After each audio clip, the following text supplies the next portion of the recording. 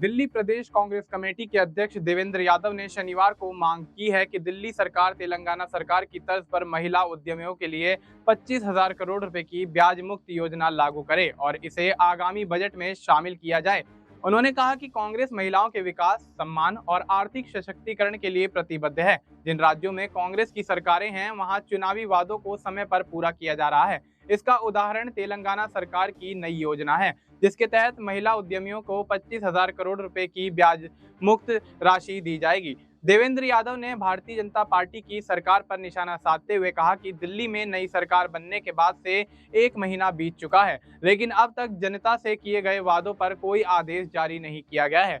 उन्होंने आगे ये भी कहा कि 5 मार्च से सरकार केवल बैठकें कर रही है और जनता को भ्रमित करने का काम कर रही है, लेकिन कोई ठोस फैसला नहीं लिया गया है। उन्होंने साथ ही ये भी कह दिया कि दिल्ली चुनाव से पहले भारतीय जनता पार्टी ने मोदी की गारंटी के तहत कई बड़ी घोषणाएं की थीं, लेकिन अब उन पर कोई अमल नहीं हो रहा है। महिलाओं को 2500 रुपये मासिक समृद्धि राशि, 500 रुपये में गैस सिलेंडर, होली और दिवाली पर मुफ्त सिलेंडर, महिला पेंशन में बढ़ोतरी जैसी योजनाओं का अब तक कोई ठोस खाका पेश नहीं किया गया है। उन्होंने कहा कि सरकार ने महिला समृद्धि योजना के लिए केवल 5,100 करोड़ रुपए की घोषणा की है, लेकिन इसे लागू करने की कोई समय सीमा तय नहीं की गई है। देवेंद्र यादव ने कहा कि तेलंगाना, कर्नाटक और हिमाचल प्रदेश में कांग्रेस की सरकारों ने अपने चुनावी वादों को पूरा कर दिया है। महिलाओं, बुजुर्गों, किसानों और युवाओं के लिए घोषित योजनाएं वहां तेजी से लागू की जा रही हैं। उन्होंने साथ ही ये भी कहा कि कांग्रेस सिर्फ घोषणाएं नहीं करती, बल्कि उन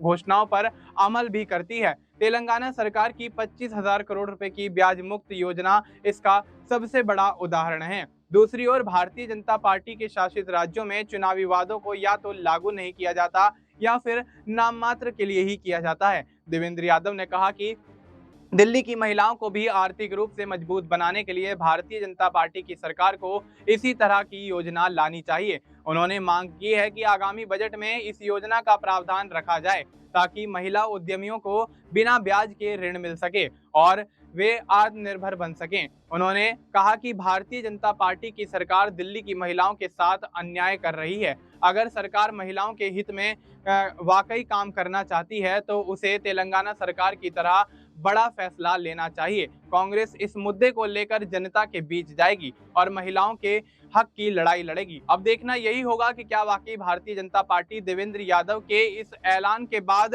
अपनी तमाम योजनाओं पर काम करती हुई नजर आती है, या फिर कहीं ना कहीं दिल्ली के अंदर सरकार बनाने के बावजूद भारतीय जनता पार्टी विपक्षी दलों द्वारा यहाँ पूरी तरह से घेरी जा सकती है। फिलहाल आपको इस मुद्दे पर क्या कुछ लगता है, आप अपनी राय हमें कमेंट करके बता सकते हैं। बाकी देश और दुनिया से जुड़ी तमाम जानकारी के लिए आप देखते रहिए SPN9 न्यूज।